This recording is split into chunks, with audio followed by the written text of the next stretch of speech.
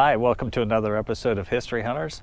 I'm here at the Santa Clara Mission Cemetery. It's probably going to be a short one because I want to highlight the grave of a child actress known as Joan Carroll. She played opposite Judy Garland in Meet Me in St. Louis. She also played opposite Bing Crosby in the movie Bells of St. Mary's. Let's go find her grave.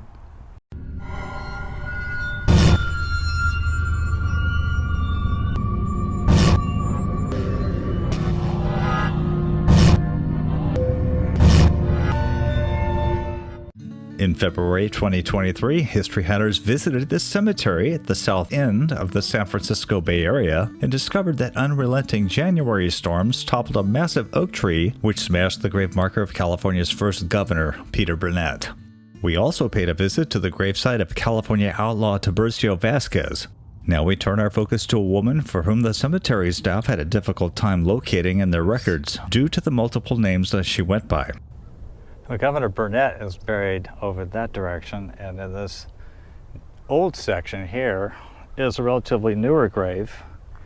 It's that of the child actress who was known as Joan Carroll, but here, this is her real name, Joan Felt Ashley.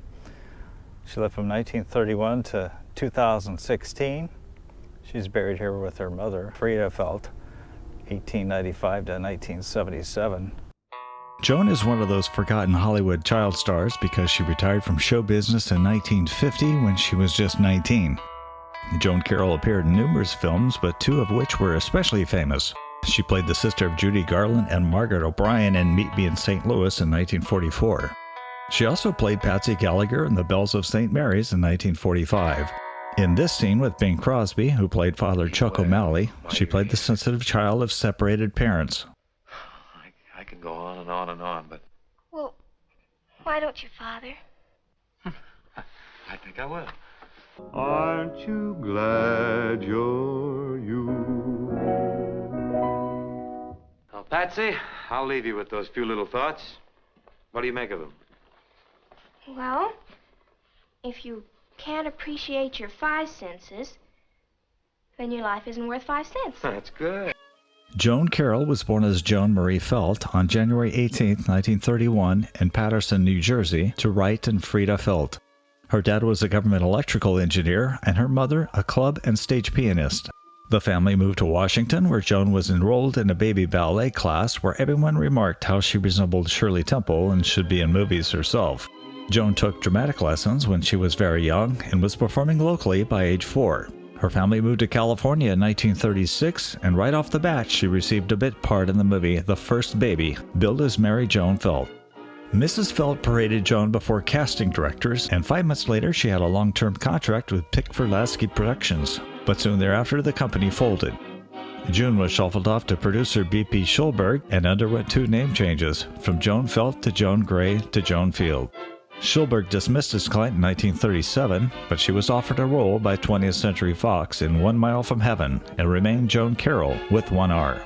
Between 1937 and 1940, she appeared in supporting roles in several movies. Her big break came with the 1940 film Primrose Path as Ginger Rogers' younger sister. The same year, she became the first child star to be summoned from Hollywood in order to appear in the leading role in a Broadway musical, Panama Hattie, which ran from October 30, 1940 to January 3, 1942. Carroll became RKO Radio Pictures' resident juvenile personality in both A and B pictures.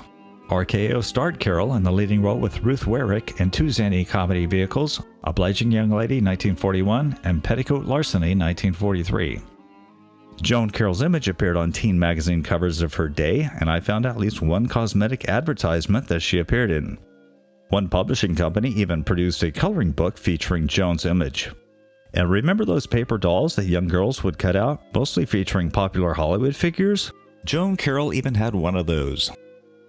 She continued to work in films as an adolescent, but less frequently. Her last movie role was in 1950 in Second Chance, in which she played Nurse Eva. Carroll retired from acting and in 1951 married James Joseph Crack and became the mother of 4 children. One of Joan's last public appearances was on July 7, 2011, when she joined her brother to present an artifact to the Nevada State Museum in Carson City. It was a historic family lamp originally given to her father, Wright Felt, who was a public works administrator for Nevada when the Hoover Dam was constructed, to thank him for his help during construction of the 155-mile power line to the Hoover Dam. The lamp was created from materials used in the construction of the dam and was presented to him by the Lincoln County Power District in 1937. Joan passed away at the age of 85 on November 16, 2016, near her home in Puerto Vallarta, Mexico. Since Joan Carroll retired from her Hollywood career decades before her death, I was unable to find any photos of her from her last years. However, I used age progression technology to come up with this image as to how she may have looked at age 80. So somebody with such a interesting Hollywood background is buried here amongst some historical figures in Santa Clara. Thank you for helping us to honor the often forgotten child star, Joan Carroll, at rest in the Santa Clara Mission Cemetery. On the way out, we would greatly appreciate you hitting the like button and leaving a comment. If you haven't done so already, we'd love for you to subscribe to History Hunters.